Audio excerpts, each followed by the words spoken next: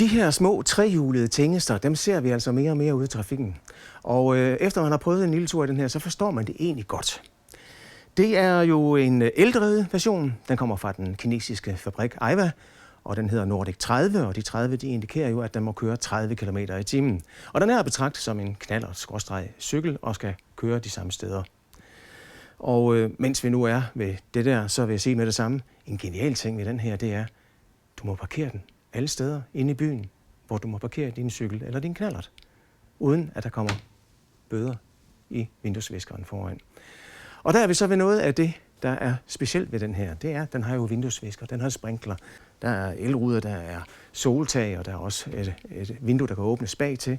Og den har skivebremser foran og skivebremser bagved, så videre. Så er der også alufælge, og så har den radio med Bluetooth og en varmeblæser til at fjerne dukken fra ruderne. Så har den bakkamera og elsideruder, justerbare førersæde, vinduesvisker med sprinkler, som sagt, og bundmåtte og fjernbetjent alarm. Altså, den skal godt nok låses manuelt, men der er alarm i også. Og så kan den køre med en 6-28 km i timen og har en rækkevidde på en sted mellem 50 og 60 km. Og der afhænger selvfølgelig, som jeg godt ved med elektriske køretøjer, af temperatur, vejens beskaffenhed og så selvfølgelig også, hvor meget læs der er på. Og apropos det sidste, så er det sådan, at den er faktisk konstrueret til, at der må sidde 2 personer heri. Og det er jo super genialt, fordi tit så er det sådan med de her små elektriske ting, at der må jo kun sidde en i. Her må der sidde en om bagved også, så det er jo simpelthen super. Og hvis ikke man har en til at sidde bagved, så er der masser af plads til indkøbsposer en masse. Så det er bare super fint. Og så er det jo en fiks lille sag. Den er jo ganske nydelig at se på. Og man bevæger sig støjsvagt afsted. Og det der jo også er, det er, at man sidder jo i tørvejr. Hvis man bare har en almindelig knaller, så sidder man altså ude i vejr. Der er der nogen, der er ligeglade med, men der er også andre, der godt kan tænke sig at sidde i tørvejr. Og der er det jo en super god ting her. Og så er den her ovenikøbet den billigste, man kan få til små 35.000 kroner. Fordi at man kan ikke gå ind i en hvilken som helst forretning eller ind i en forretning og købe den. Man skal kontakte importøren, som ligger i Pandrup oppe i det nordjyske. Og så kommer de simpelthen ud til dig med den her og serverer den for dig på sølvfad. Og når den så skal serviceres, så foregår det på samme måde. Den bliver hentet, klaret osv. Ellers kommer de ud til dig og laver en eventuel reparation på den. Vi var lidt nysgerrige på konceptet og tog en snak med Palle fra importøren Dream Bikes. Palle, hvordan kan det være, at jeg har valgt det her koncept med, at folk ikke skal komme til jer eller til en forhandler og købe sådan en Nordic 30 her, men at I simpelthen kommer ud til folk med den? Jamen det er jo simpelthen fordi, at vi kan se, at det er det folk, de gerne vil.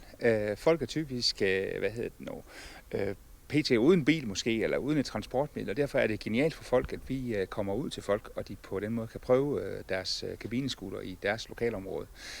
Og så også det her med, at de kan prøve den af der, hvor de bor. Så hvis der skulle være bakker eller nogle andre forhindringer, så er de mulighed for i trygge rammer og med god tid, fordi at vi kommer her kun for dem. Så vi har tid til lige at få en god snak med folk og få vejledt folk, inden de går videre til et køb. Jamen, det lyder godt, og så er der det der med, når de skal serviceres eller repareres. Ja, altså som det er nu, så nu har vi hele tiden en dialog med vores kunder, og så bruger vi typisk lokale værksteder til at hjælpe os med at lave de her små reparationer.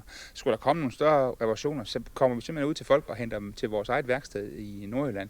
Men som det er nu, så har vi masser af samarbejdspartnere rundt i hele landet, som vi bruger, og på den måde så er folk fuldt hjulpen afsted, hvis der skulle være noget. Hvor mange har I solgt, og hvor mange forventer I at komme til at sælge? Altså jeg vil sige, at efter vi satte prisen ned til de her 35.000 her, så er det gået noget stærkt, kan vi godt tillade os at sige, uden at lyde alt for flabet. Så vi har solgt over 65 kabinescooter her inden for den sidste måneds tid, så lad os bare afsløre det. Vi er faktisk ret positive over, og vi forventer faktisk, at der kommer rigtig, rigtig mange flere kunder til i løbet af efteråret og foråret her. Vi forsøger selvfølgelig at holde benene på jorden, og det der er det gode ved det her med, at vi har sat prisen ned, den eneste, der vinder på det, det er jo sådan set kunden.